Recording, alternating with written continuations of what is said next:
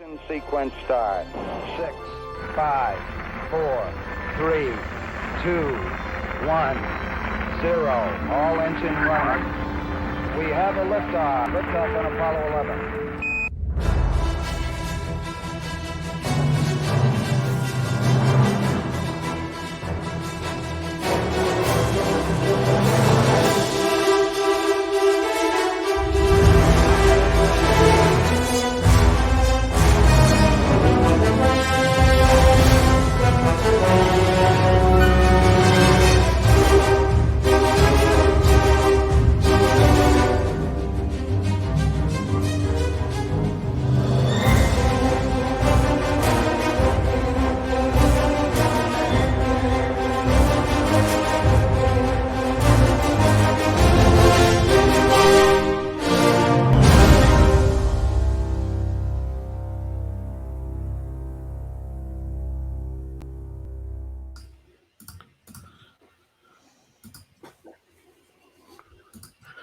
Welcome to PCKC TV. My name is John Kreisbergs. It is Tuesday night, but we're still talking comics. And I'd like to welcome Chris Jackson, the owner and CEO of Planet Promotions, and more commonly known as Planet Comicon Kansas City. Chris, welcome to you.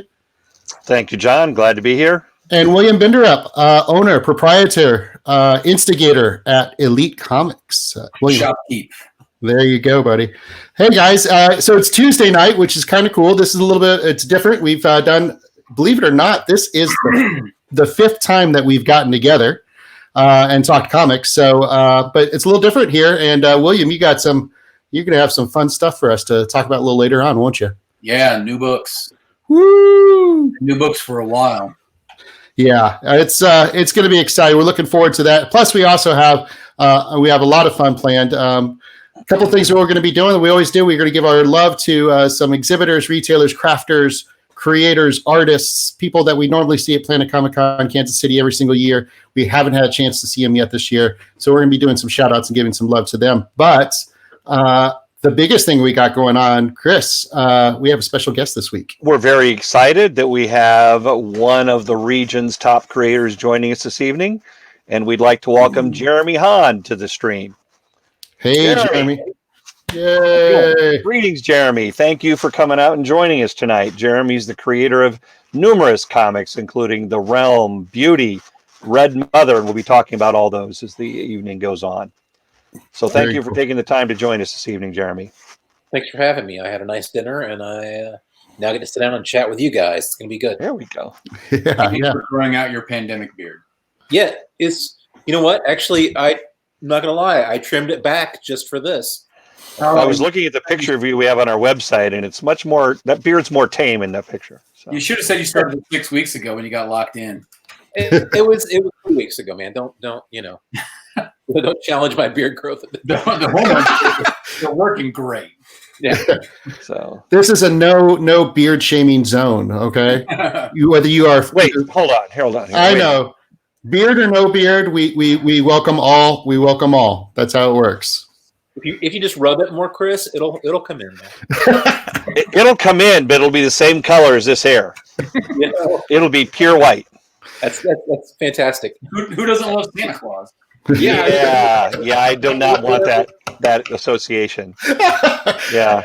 So, Jeremy, what have you been up to the last few weeks? I know we've been touching base with him. We had a great chance to talk to Andy Parks last week just to see how he was doing. How's the last few weeks been treating you? You're down in Joplin, right? Yeah, Joplin. Yeah, I've been playing endless Animal Crossing. That's really been my the only thing I've done. No, I'm kidding. No,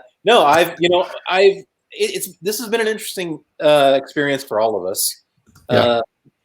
Talking to a lot of friends back and forth about the adjustments that we've made. I mean, comic creators have a unique thing because we basically work from home or studios, all the time. We're oddly prepared for this, but a lot of the projects that I was in the middle of working on kind of got we hit the pause button on them. That's an interesting thing, trying to figure out then how you prepare for the next steps. If comics aren't being delivered to shops, and you've got an extra time, do you continue working on this? Do you work on another thing? I've been trying to do it all. I'm not sleeping, basically. Well, the cool thing about it is we are now starting to see some of this, and William, you're going to talk about it a little later. Just seeing some new titles hit the shelves, so we're excited about that. There's probably going to be a little bit of a kind of a rubber band effect, I'd assume, right, guys? Yeah, I hope so. I hope we. This week's the shipment's pretty small, but I hope we get back pretty quickly to full array of new books. I think people are itching to buy stuff. Yeah. So, Jeremy, let's talk a little bit. I want to talk about new stuff. I want to talk about, but I also want to talk a little bit about some things, that, people probably know you the most for, which is the beauty and the realm. And it's really kind of interesting to kind of go back through those books right now because both in their own way almost have a little bit of, to say about what's kind of going on right now, a little bit of a dystopian view. The beauty, for those who don't know, the premise behind the beauty is kind of interesting when you look at sort of current times. Yeah. The beauty is a book that's about an STD that makes you beautiful. So it is a pandemic book, but it's got the interesting twist that at least in the beginning, people want this disease. They're trying to get it. 2 years in, stuff starts to really go terribly, terribly wrong. But the beauty was something that really existed always a lot as social commentary. We wanted to take a look at the lengths we go to look and be a certain way. Along the we've been working on the book for 30 issues now. So around 8, 9, 10 issues a year. So we've been working on this thing for over 5 years, basically. And during that time, we had a lot of instances where there would be something going on in society that would mirror it. One of the things that we started dealing with issues of self and the way that we viewed ourselves. But then we had an arc that we had planned from the beginning that really dealt with big pharma and and drug pricing and how people were holding drugs back. And that was about the time that pharma bro dude showed up and was really, really screwing with people's access to stuff. And the story's really been oddly topical. I think it's a little hard right now. It's kind of, I don't know that personally I want to necessarily be reading too much dystopian stuff myself, but I like to think that this is a feel-good STD book, right? So we can at least stick with that. The artwork is amazing. The story is super cool. The premise behind it, I love it. And it's difficult stuff. I had a friend of mine. It's to your point to what we're looking and reading these days. Everybody kind of has their own thing. In weird times, I like to go into this type of stuff. I think for me, it's always maybe a little bit of a, things may be weird, but they're not that weird. Right. I had a friend of mine who picked up The Handmaid's Tale recently. I'm like, whoo, okay. Yeah. If you wanted a lighter fare in the middle of a pandemic, I guess that's it. It's amazing work. We're only 3/4 of the way there, John. Don't right. Well, it is interesting because it's like, while I felt like I don't necessarily want to be reading dark dystopian stuff, we noticed that fans really stepped up and were supporting both shops as much as they could, but also us as creators. So I took, the orders that we were sending out from my online store for signed books, like The Beauty and the Realm, both took a massive, massive leap. I was sending out boxes and boxes and boxes every week for quite a while there. And people want what they want and they can handle what they can handle. It's the nice thing about having all this stuff out there. Now let's talk a little bit about the Realm. Now the Realm is a little dystopian, but different. It's got a definite different angle to it. And tell the folks watching a little bit more about that one. The Realm is a post-apocalyptic high fantasy. So it's basically really Mad Max meets Dungeons and Dragons. We just wanted to tell a story that Seth Peck, local Kansas City guy, and I, longtime friends, big supporters of Planet and of Elite, you know, we wanted to tell a story that was just all the adventure fun, you know, that we love. We love, you know, we love metal music and post-apocalyptic stories and stories with dragons and stuff in them. So we put together this project, and basically it's a near future story where these spires appear in the sky. Instead of an alien invasion or zombie apocalypse, the thing that we lose to is, you know, monsters from the player's handbook. It's pretty cool stuff, and the artwork and the juxtaposition of it is awesome. It's awesome. Yeah, it's, you know, it's fun to see how this stuff is a commentary. It's fun to also just to know that it exists in its own sort of, you know, in its own sort of stew of influences. But it's great work, man. Thanks so much. Yeah, I don't know. It's always been a situation where, you know, for years I worked for Marvel and DC doing stuff, and more I wanted to tell the kinds of stories. You know, there's all four of us. We all love a very specific genre or two or three or four, right? We have our favorite kinds of stories, and I just kept finding that like the very specific thing that I was wanting to read wasn't out there, and I was like, well, I'm going to make that. I'm going to tell those kinds of stories, and that's what we did with both the Realm and the Beauty, and now I'm doing it again with the next project, the Red Mother. It's like these are the things that I want to make more of, and I'm having a hell of a time doing it. Awesome, man. Awesome. Hey, we're going to take a quick pause. We just want to give some recognition and some to folks like we do every week. Chris, we got some really cool folks lined up. We got some authors and artists and crafters and retailers. We'll start off with the authors this week, and some great folks here. Every week, we're trying to give a little love to the various creators who fans would have met at Comicon Kansas City 2020 in March, but for obvious reasons, they did not so far. So we're going to provide a little love to Jennifer Stolzer, James Young, and John. How do we decide we pronounce this name? I'm going to go with Jeff Habicher Koi Kissy, and I apologize in advance because my last name is Kreisbergs, and I know how horrible it is to have your name mispronounced. So let it be me that does it, and then you can reach out, and you can blame me, Chris. I should know what it is, but I don't. So Jennifer's work is awesome. Some great young adult literature there. James has some great historical fiction, sort of what if, alternate histories, and then Jeff and Coy do some really cool work with sort of supernatural themes and mixing that up with sort of a detective sort of noir kind of vibe. So good folks, and we miss them among a lot of the other folks that come to Comic-Con every single year. Well, we hope we see them all at some point relatively soon. We'll all find out. Agreed. All find out together. Yeah. So, Chris, you've been picking up Red Mother lately, right? So I picked some up from William. That's correct. Right on. I've read the first issue, and I'm really enjoying it. I'm having a good time with your latest creation. Is there something that's not a spoiler you can tell us about Red Mother to get people interested in your book there, Jeremy? So you've read issue 1, right? I just finished issue 1. You don't know that she dies in issue 2, then? Okay. I do now. And I'm really glad to know that. It'll save me reading those last 10 pages. So I appreciate the heads up.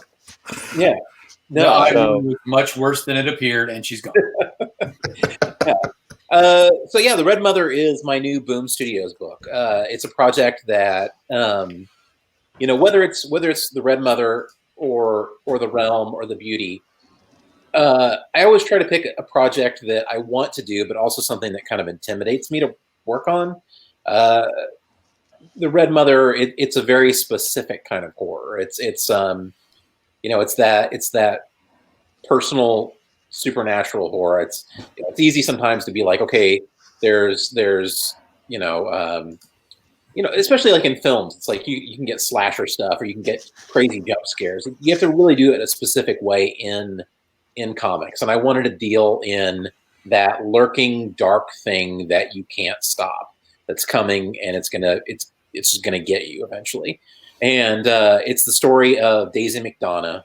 She is a woman that happy in her life. She's got a good life. She's got a career that she enjoyed. She's got a guy that she really cares about, and she's on her way home from a date. And they've had this great night out, and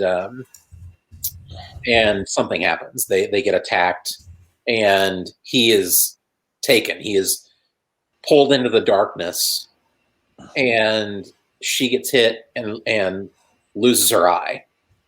And the story, in a lot of ways, is an examination of survival after something terrible happens, after loss.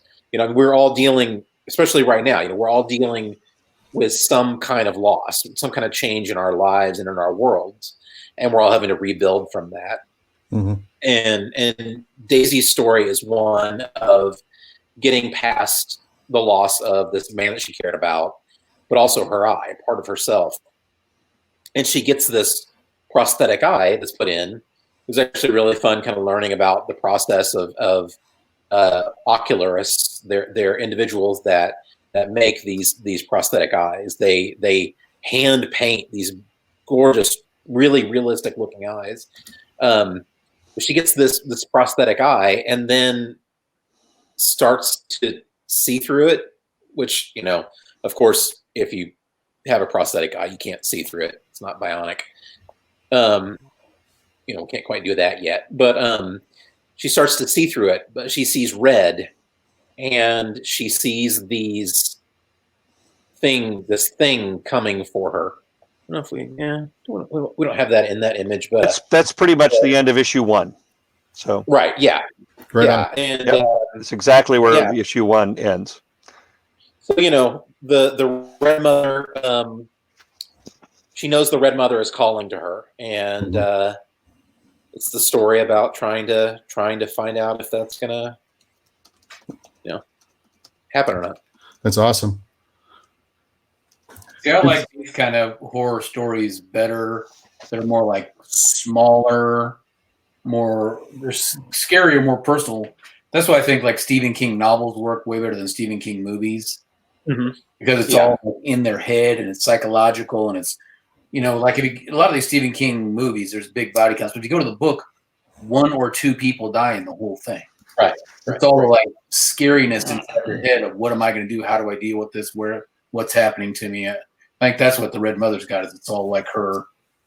No one else can see it, so it's not like what thing is going to get us. It's all in her head, Well, and I think that like horror really only works if you care about the characters on some level. Like you watch movies sometimes, and it's got this massive body count of people that you don't care about. You don't even know. It's like they're generic teenagers that get slashed or whatever, and it's like that's fine. But I think that if you examine the characters, if you care about them, if you understand their world, I talk a lot about that. Like my favorite kinds of horror, you go into a story, you meet the character, and then out of left field, this creature comes or whatever it is, and you're kind of disappointed that you don't get to find out if the 2 people get back together or not, because everybody gets eaten by this thing.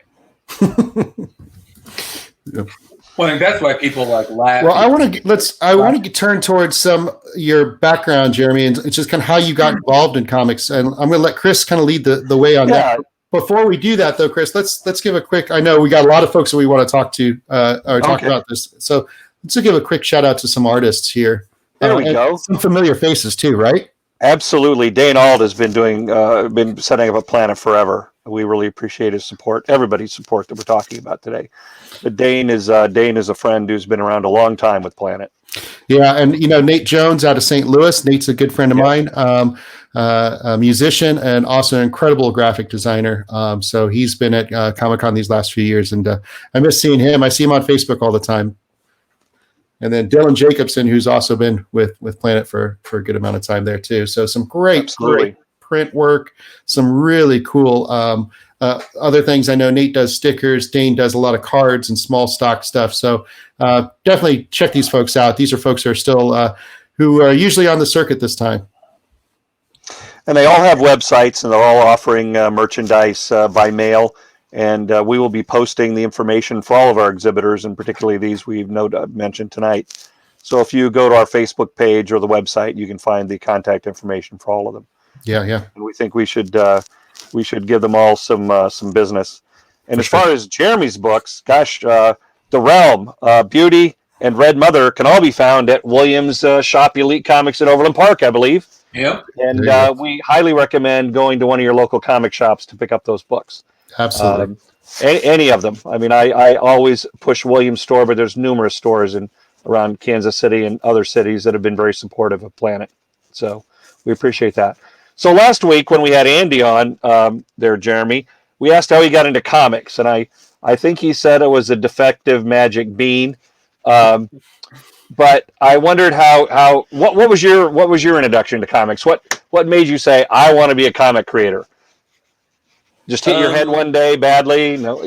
Yeah, basically. Actually, I got really. I was pretty young and I got pretty sick and I was in the hospital, and my grandma went to in Neosho, Missouri. I was in the hospital, and she went to the local dime store and bought every book that was on the spinner rack, because I was going to be in there for a couple of days, and I was really I hated it. I didn't want to be in there. And so she gave me this stack of comics, and I read every one, and I was just old enough, 7-ish, to really understand the idea, because there was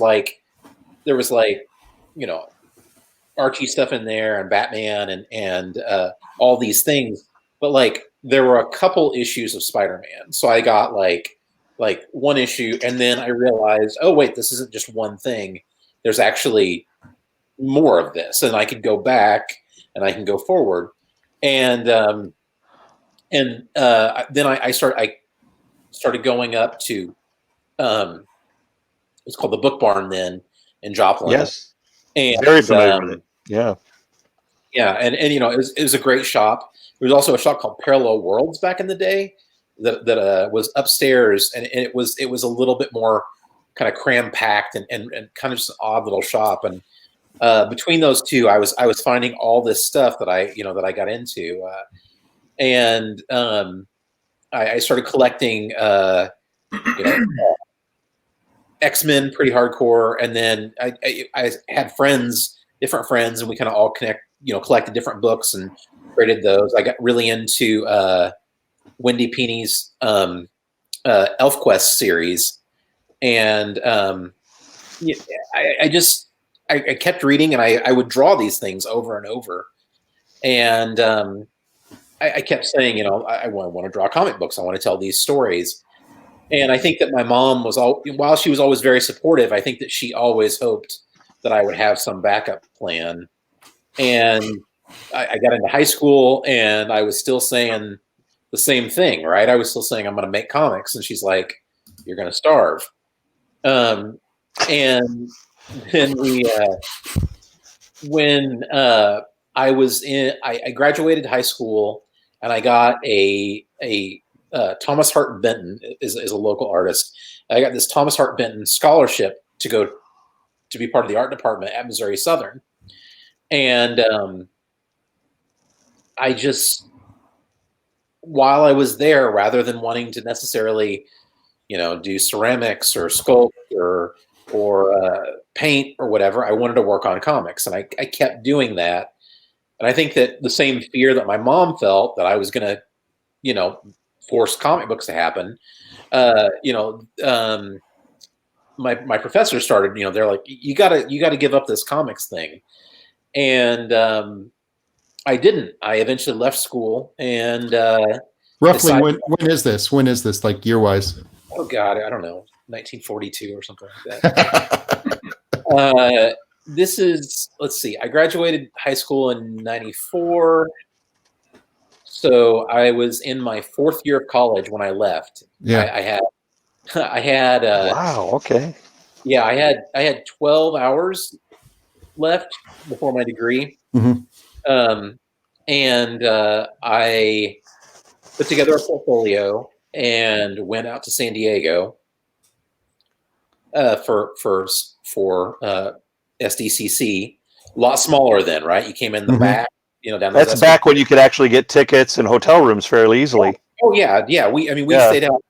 We didn't know anything about it when we went out that year. We stayed in Hotel Circle, which was like kind of way out there, right?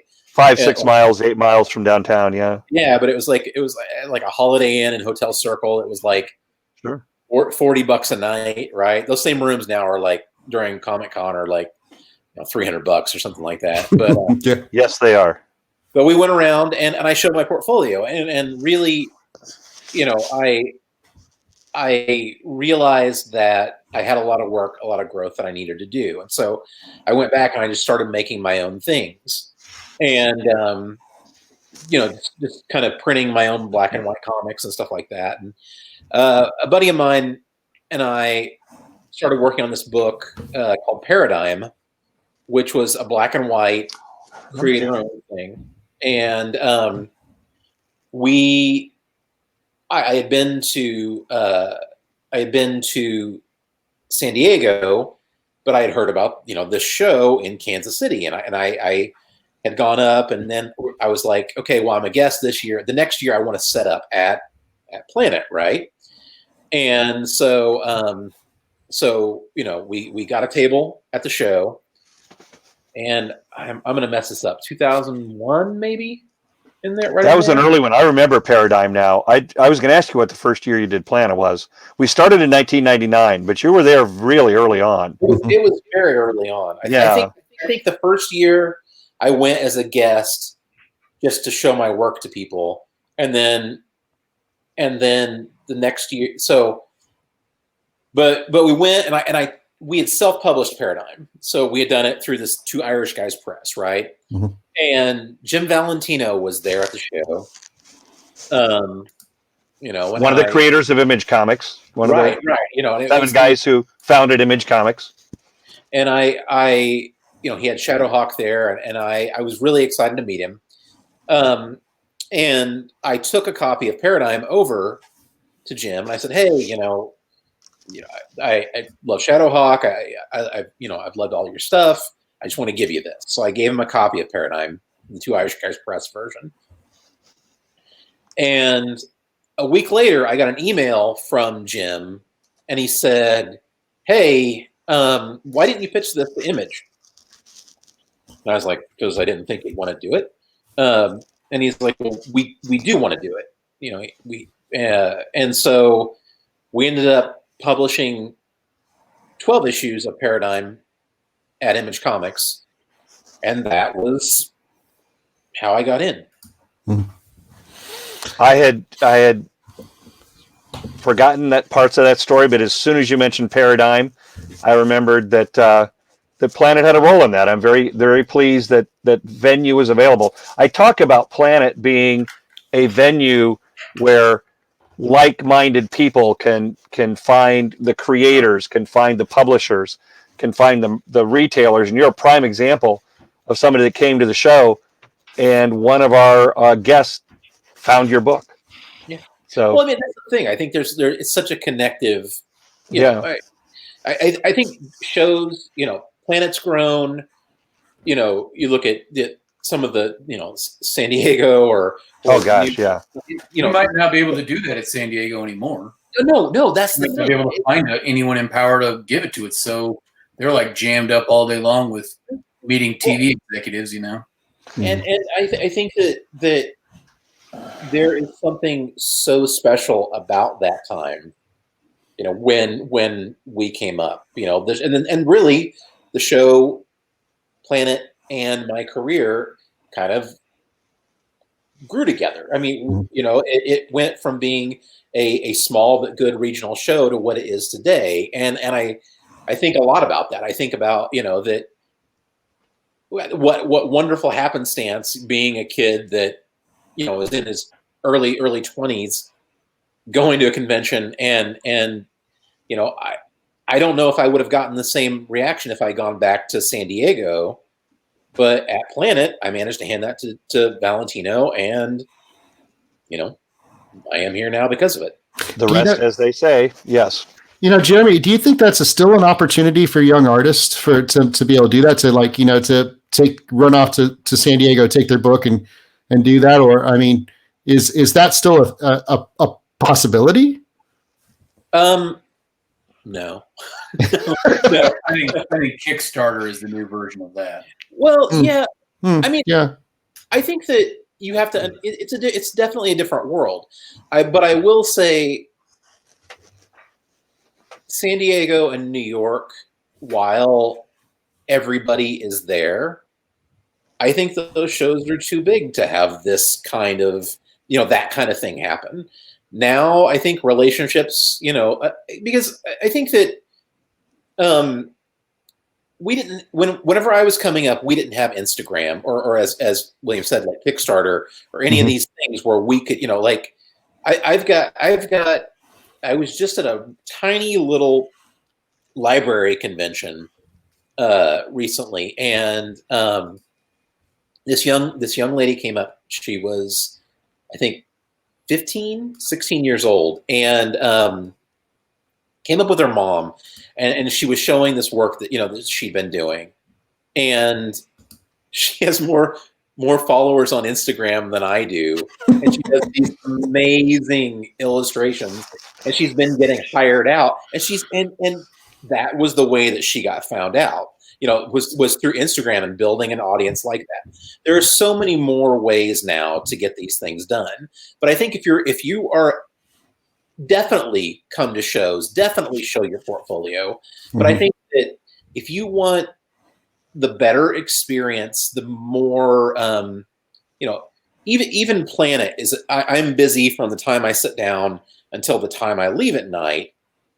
But you could, at Planet, I can talk to you. If you come up and you show me your portfolio, I have much more time and opportunity to talk to you than I do at New York Comic Con, because it's still a regional show. It's still I kind of tend to call them family shows. It's like it's a family. You can. I'm good with that description.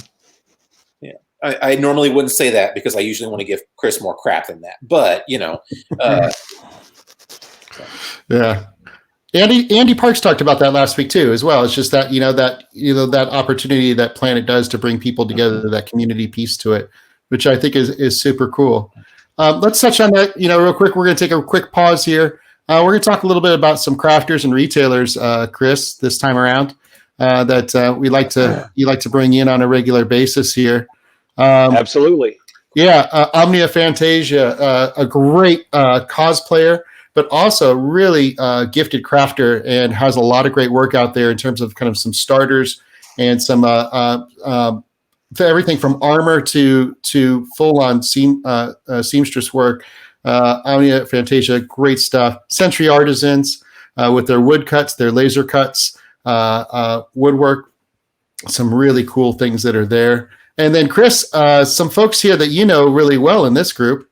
Absolutely. Yeah, some of our retailers, Alien Entertainment, they've been coming to the show for many years under a couple of different names. Pendragon Costumes, they are an incredible company for providing gowns, costumes of all sorts, and they've just got a really great inventory. They've been supporting Planet for many years. And they're also big with, I believe, with the Kansas City Renaissance Festival. Yes. And a number of those other shows, too, during the year. And that picture's representative of the type of thing they often have available. Very elaborate gowns, very elaborate Renaissance Festival outfits. So. And I think the winner this week for best URL goes to nottopic.com. That's the how they do their business online, but you'll recognize them at Planet for Hunter's Den, which is a lot of stuff that is more of kind of a supernatural theme pieces, and then Hermione's, and which I drop so much money there. My kids drop so much of my money there every single year at Planet. Really cool folks, but it's great to see that these folks also have online stores that you can support them, and please do so. Folks, I love that story about how you spend money at the show. Well, I mean, mean, telling that story.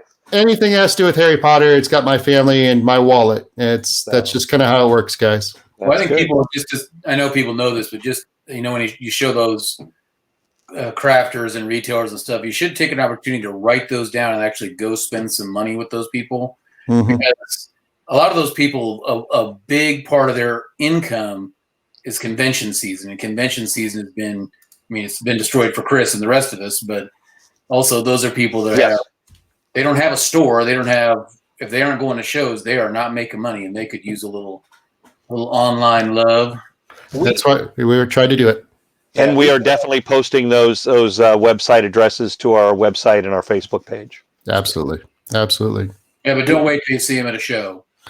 We've talked a lot about over the the past few months, a lot of creatives, we all kind of sat down, and I was at C2E2, which was, right at the end of C2E2. We all kind of realized that like this is happening. Mm-hmm. This is going to change the landscape.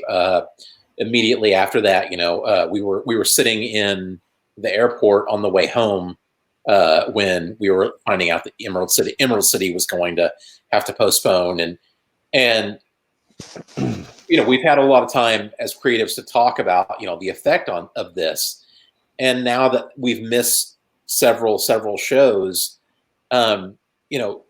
we start talking about that 30%, as much as 30% of our income comes from conventions. That's a lot of money. Mm-hmm. When you start adding it up, and it's a lot of hours, and it's a job of its own. But yeah, it's a big hit not having those art sales and book sales at shows, and doing commissions and stuff like that. But yeah. you were talking about how you have to learn to promote yourself in a different way, that artists now have a lot of different tools. The young upcoming artists have different tools. William and Chris, you guys mentioned Kickstarter. I mean, that's one way to go. But let's talk a little bit about your kind of where you're going with it. Andy talked about Patreon last week. We'd love to hear what you're doing on Patreon and kind of how you're looking at a different way of connecting with fans, but also getting paid to do what you love and what you're good at. Well, I think that the second that we all realized that we were going to have a couple months without books being released at all, and then a limited number of books coming out, and some things that were in production that have been postponed until next year, or even later, or canceled altogether. We had to figure out how to how we're going to get stuff out to people, and there's two things there. A, you want to we have to make sure to take care of shops. Mm-hmm. We have to if we don't make sure that there are comic shops, the industry falls, right? The other side of that is we as creatives have to be able to families and take care of ourselves and along the way. But then we also need to make sure that you guys have content, that you guys have things that you can read, right? You Mm-hmm. need to be able to smile. You need to be able to see something. And you're not going to, I wasn't able, we weren't able to do Emerald City or Planet at the set times. We're adjusting the schedules. We're having to postpone things. So how can I show you extra content? You can't sit there at my table and watch me draw, right? Right. But you come and you can get on Patreon and you can see these really extended time-lapse videos of me inking. You can there's different levels. You can see the levels there where you get for $1 you get desk shots and project sneak peeks, process posts. For $5 you start to get to be able to see pretty much everything.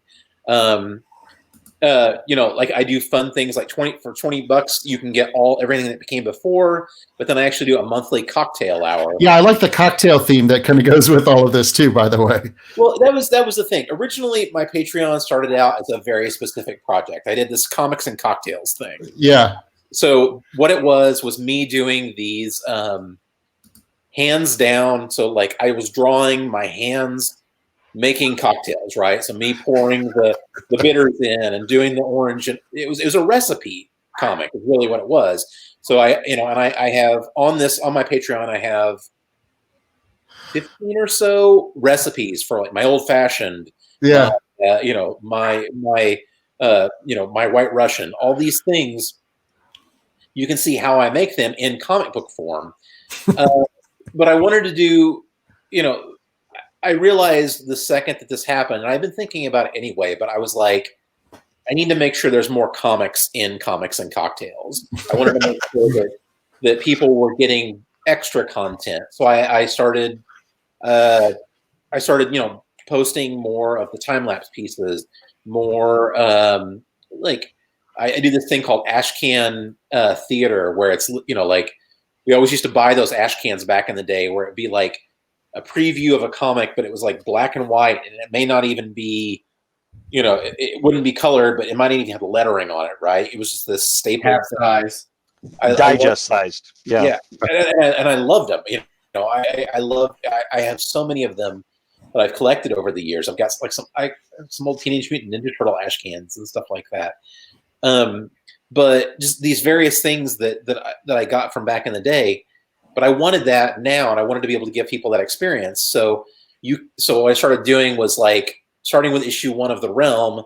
Every 2 weeks, I release a full issue of just the black and white artwork in fairly high res, so you can actually look at my pencils and inks on that page, and just various things. One of the things I added most recently was I've been doing short stories. In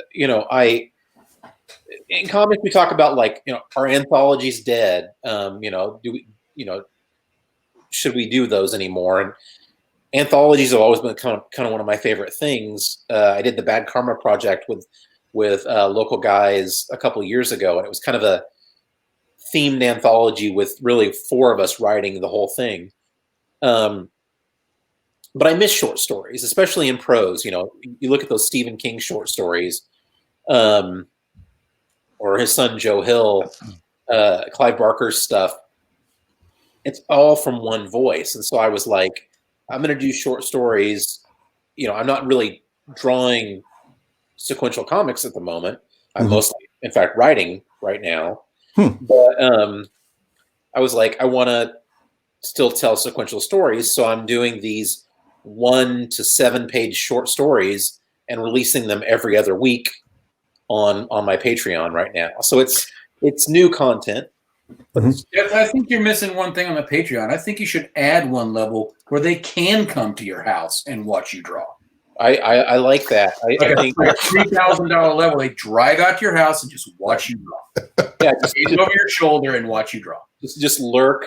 We're going to do social personal service. So it's 6 feet away, and 6 feet. That's right. They can't hang over your shoulder, breathe on. Yeah. Well, unless you take a temperature or something, maybe you sign a waiver. I like that. I like that. We'll take the temperature. You can do a mask, and with a gloved hand, you can rest your hand on my shoulder the entire time that I'm drawing. Because what could possibly go wrong with the one person on earth that wants to pay $10,000 to watch you draw? Yeah, and then wear your skin as a mask. Yeah, seems legit. Seems legit. Yeah. Do we need comic creator meet and greets at Planet now, where you can 7 people around a table with you and they all watch you draw while you have cocktails? Well, I think any chance, any kind of me having a cocktail and drawing is a happy time. So maybe go celebrity bartender instead. William, we'll have to brainstorm a little bit how we can make something like that happen. Well, you have like 10 mini in a revenue generating manner for you, Jeremy. So. They can go to your bar for yours. They can go to Andy's bar for his. They can go to Jason's bar for Tiki's. Right. King bars all over. Well, we were talking about like Colin Bunn, Andy Parks, and I. We all love making an old fashioned, and we have slightly different recipes for it. And we're talking about that. We almost need to do like a panel, the old fashions or something like that, where we're all up there making drinks for people or something.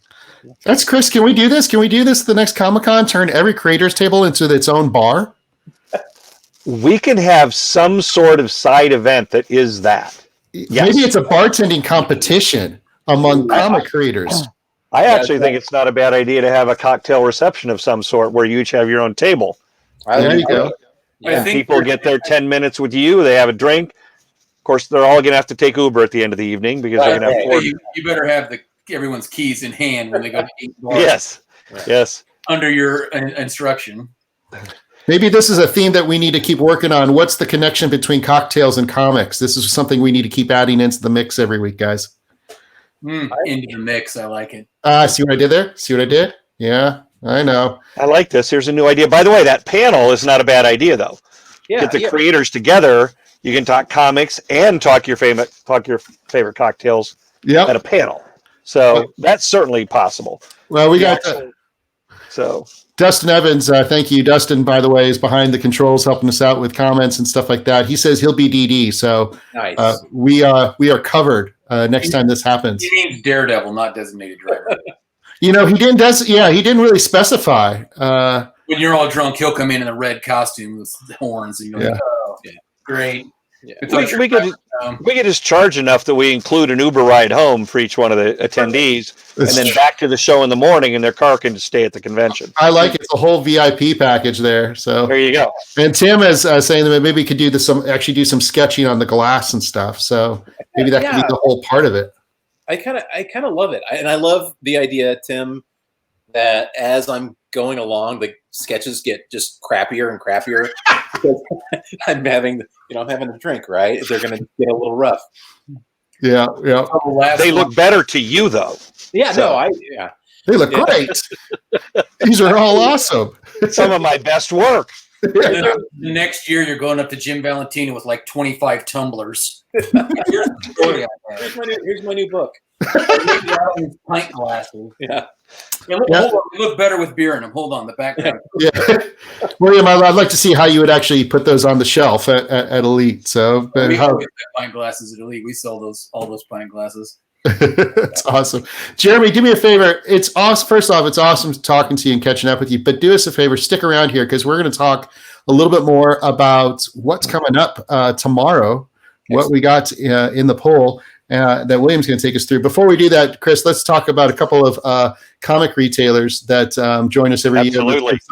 Give some love to some familiar faces here. Let me pull them up real quick. We all know how important comic book retailers are to me. That's how I got into this business. That's why I'm running a show. So First Aid Comics, James Nurse, he has been to the show for many years. He's got great material. I shop for Silver Age books with him, but he's got all kinds of material, toys, books. Mayhem Comics and Games. This is a store out of Ames, Iowa. They also have a store in Des Moines. I'm not entirely sure the ownerships are connected, but they have been supporters of Planet, almost since the beginning. I'm from Des Moines, Iowa originally. I always took flyers up there. They've been putting them out pretty much since 1999, whenever they started their store. So these two particular retailers have a long history with me. I love them both. I appreciate their support. And please go online, find out what there is available from them online, and make some purchases. Awesome. And then there's these guys. I don't know. I don't know. Support your local Kansas City comic shops, Elite Comics. William, we've got some good stuff here. We got some new stuff. You said that it's going to start a little slow this week, but it is. It's a little bit slow, but it's a lot better than the last 7 weeks of no new book. Right. So what's shaking in your world, man? Okay, so for new number ones, we got a lot of new number ones. The new Kieran Gillen book, The Ludocrats. That's number one. Did you say Kieran Gillen book? Did I say Kieran Gillen? I don't know. That's what I thought you said, but I could have heard it wrong. Kieran, not Karen. Got it. I know who that is. Ludocrats, awesome. Image. I'm sorry. From Image. I'll shut up now. And then the new Clone Wars. Star Wars. Yeah. Hold it up a little higher. Hold it up a little higher for me there. Everyone's streaming it on Netflix now, or on Disney, I guess. Right. Nice. Unfortunately, there's no Marvel this week. Marvel starts back next week. Mm-hmm. But a new AWA, the Year Zero. Mm-hmm.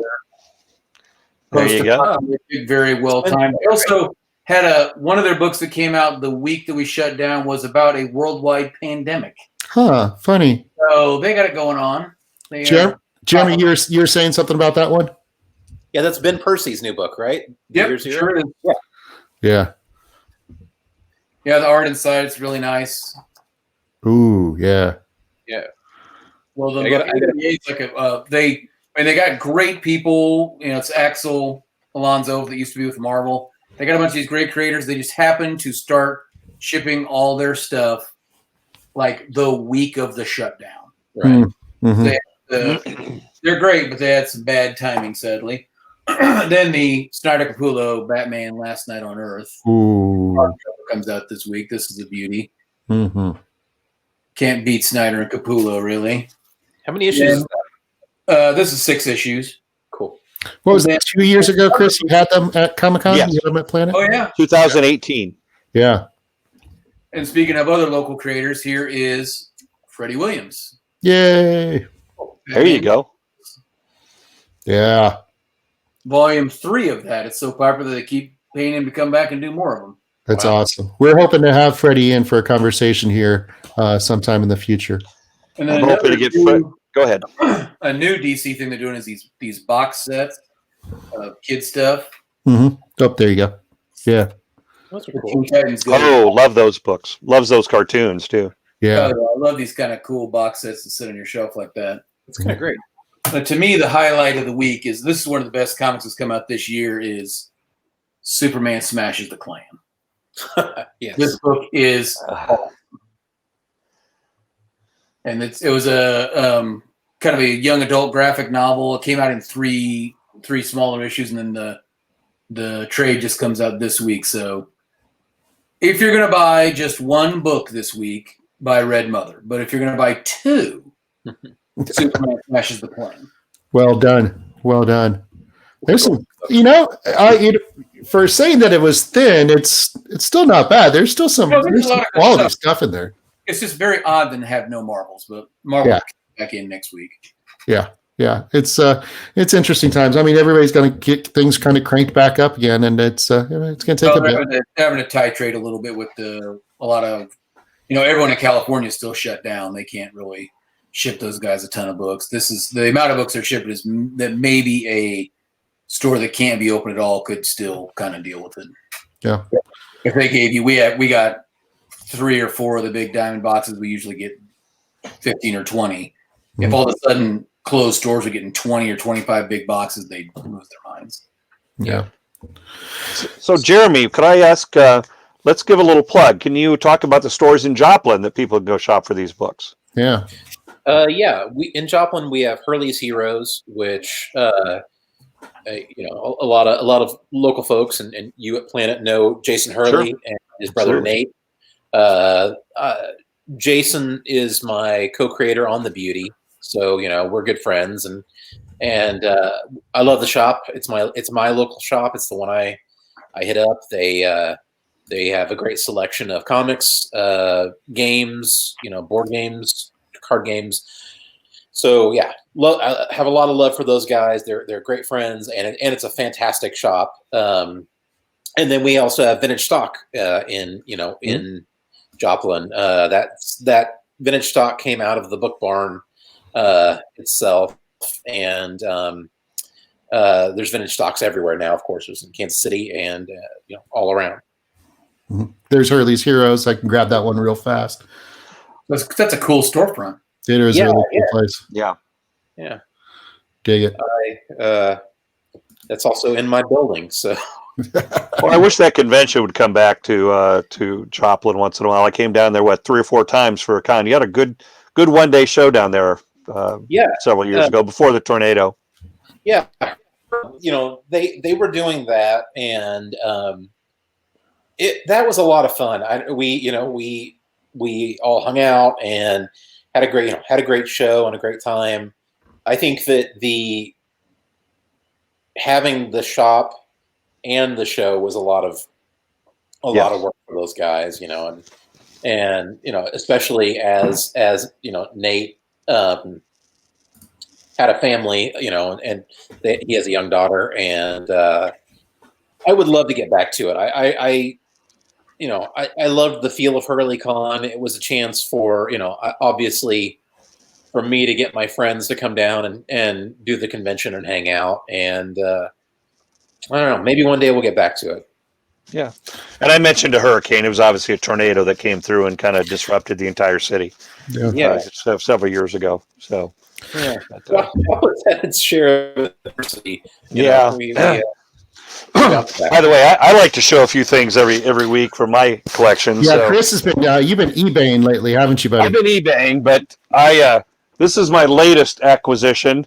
Oof. Just pick this up. It is a Third Eye poster from 1971. I don't know how we're. You got to back up. Yeah, you just got to back up. Got to back up. Okay, let me take this out of my. Yep. Let me back up a little bit.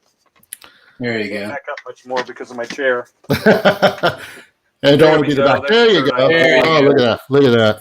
So That's a beauty. then the other one. That one is awesome. Oh. You got to get that in your black. Yes, I love those. Yeah, those are pretty awesome, Chris. These are black light posters from the early 1970s. There's about 26 of them. I've had many of them over the years, but right now I only have 3 or 4. And these are 2 of the prettiest ones. So Black light sold separately. yes. Oh, I like this. I can set Medusa on my chair. I like that. It's like she's doing your hair. It's maybe just a little back on the sides, a little off the top. And all it's going to cost you to get all 26 of them is about 25 times what you made selling them previously. Yes, I think I sold them all for between like $40 and $75 each, and now they're, $300 to $1,000 each. It's another week and another story of regret from Chris. Yeah. So that's what happens. That's what happens. It's either regret or we're going to be talking about Millie the model. We got one of those things that's Oh, I'll bring that in next week. Jeremy probably is not aware, but every week I've talked about my collecting habit, which includes Millie the model comics, and I always show a few of them that I've purchased. So, Yep. And Tessie the typist. And Tessie the typist and Nellie the nurse. Nellie the nurse. That's right. You know what's weird though? I've been pricing books and then I take a picture of them at the shop and put them up. Every time I put up an old romance comic, someone snatches it right up. People like them. They're not expensive. They're really cool. They're really weird. They're really sexist and dated, and people just. Oh God, yes, they're horrible. You could frame them. You could do something really kind of cool with them. Yeah. The one I just sold the guy yesterday, I took a picture of it, and this woman jumped on. She goes, "I gotta have it because on the cover is the frizz that ruined my relationship." That's the woman. That was awesome. I saw that. Awesome. It's very timely. Obviously, it's held up really well over the years in terms of being appropriate for a new generation. Yeah, they're pretty crazy. Grab some more books I found. We were talking about romance books, and I was looking through some books the other day, and I found a long box, and it's got a whole stack like this high of romance comics. No bags, no boards, no nothing. I haven't seen them in years. I don't know when I bought them. I don't remember at all.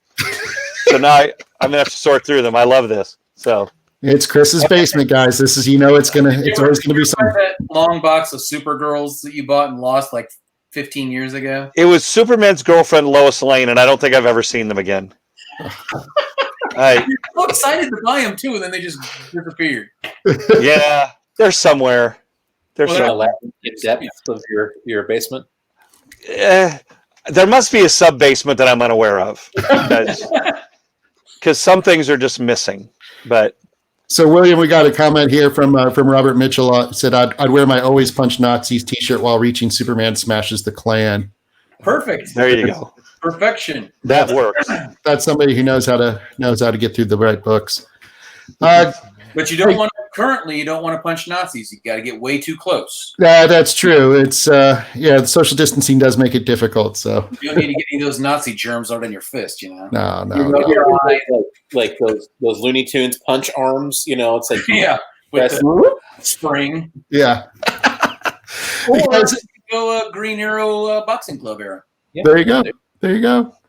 Hey, Jeremy, first off, I have to deal with these guys all the time, but it was a joy to have you on and to catch up with you and see what's going on in your world. And we stay well and stay safe. Okay, man? Yeah, thanks so much. I appreciate you guys. And keep that sandwich and drink event at Planet. I kind of like this idea. I think we could get something done there. Yeah, let's make it happen. I might have you do it off property because that's your liability issue, but we'll figure it out. We'll figure something out. Yeah, definitely. Always the lawyer. Always the lawyer. So. Hey, Chris, we got some other cool things happening this week. Obviously, with some live streaming, but Thursday. Let's talk a little bit about Thursday. Well, I'm very excited to have a couple of the actresses who have been to Planet in the past joining us for a live stream. Elizabeth Maxwell and Cara Eberly, both of Ruby, and they both also have other projects they've worked on. Elizabeth has a huge, long list of credits. So we're very excited to have them join us, and we'll chat about their careers. We are also, during that, going to be giving away 2 signed Ruby cast photos. It's a picture of the 4 main characters in animated format, signed by 6 actors. Awesome. The 4 main actors, as well as Elizabeth Maxwell and Michael Jones, who was son. So we'll be giving away 2 of those to people who ask questions on Thursday. Awesome. So 7 o'clock, 7 Central. Be sure to tune in. We'll also have our MC extraordinaire Kid Cadet's going to be joining us on Thursday as well. So we're really excited for that. absolutely. Then on Sunday, we're going to continue with our U.S. Toy Cosplay Crafter series. And we have another great guest coming in this week. We got Crazy Costumes. Bruce Holt will be coming in and joining us, and looking forward to that. So Jelly Bean with U.S. Toy Magic and Costume Shop will be hosting and doing an interview. We're probably going to get a little bit of a demo going, and I think we're going to be talking about some really cool stuff like around foam work and distressing foam. So there's going to be some really kind of insider tips. So definitely tune in for that one. It's going to be a lot of fun. And then Chris, see next time then on Tuesday, since we're going to be doing these on Tuesdays. Next week, we also have some special guests for Talking Comics as well. Are we talking Amanda and Jimmy? No, we're going to be talking about JP and Dawn. Oh, you just spilled the beans about like a couple of weeks from now, which is awesome. We'll edit it out. We're not live. We're not live. Have JP Roth and Don McTague joining us for a live stream. I blanked there completely. I'm so good at this. I'm so good at this live streaming. I almost led you all the way there. And these are 2 very good friends of mine, and I still completely blanked on them. So JP and Dawn will be joining us. They'll be talking about their careers, but in particular, they will be talking about their new book, Divinica, which they had planned to debut an issue at Planet on March 20th, and somehow something happened and they didn't do it. I blame them. So nothing else was happening around that time. Exactly. It's exactly right. So we look forward to having them. And as you alluded to, we'll leave it as alluded to. I have no idea what you're talking about. We're going to have other guests. William's going to also be talking to us about what's the new stuff that's coming out. So we'll be seeing new stuff coming out. So it'll be a great time. Again, Jeremy Haun, thank you very much. William and Chris, thank you very much. Get out there, support your local comic retailers, and we'll find a way to get through all of this stuff. The comic books will get us there. So, and guys, remember, tomorrow is New Book Day. New Book Day. Yes, that's the point of this. Last 10 minutes of this. Go to Elite Comics. Go to your local comic shops. Pick up new books. Right. Absolutely, guys. Until next week. Take care. All right. All right. Thanks, John. Thank you, John. Thanks, all right. See ya. Mission sequence start. 6, 5,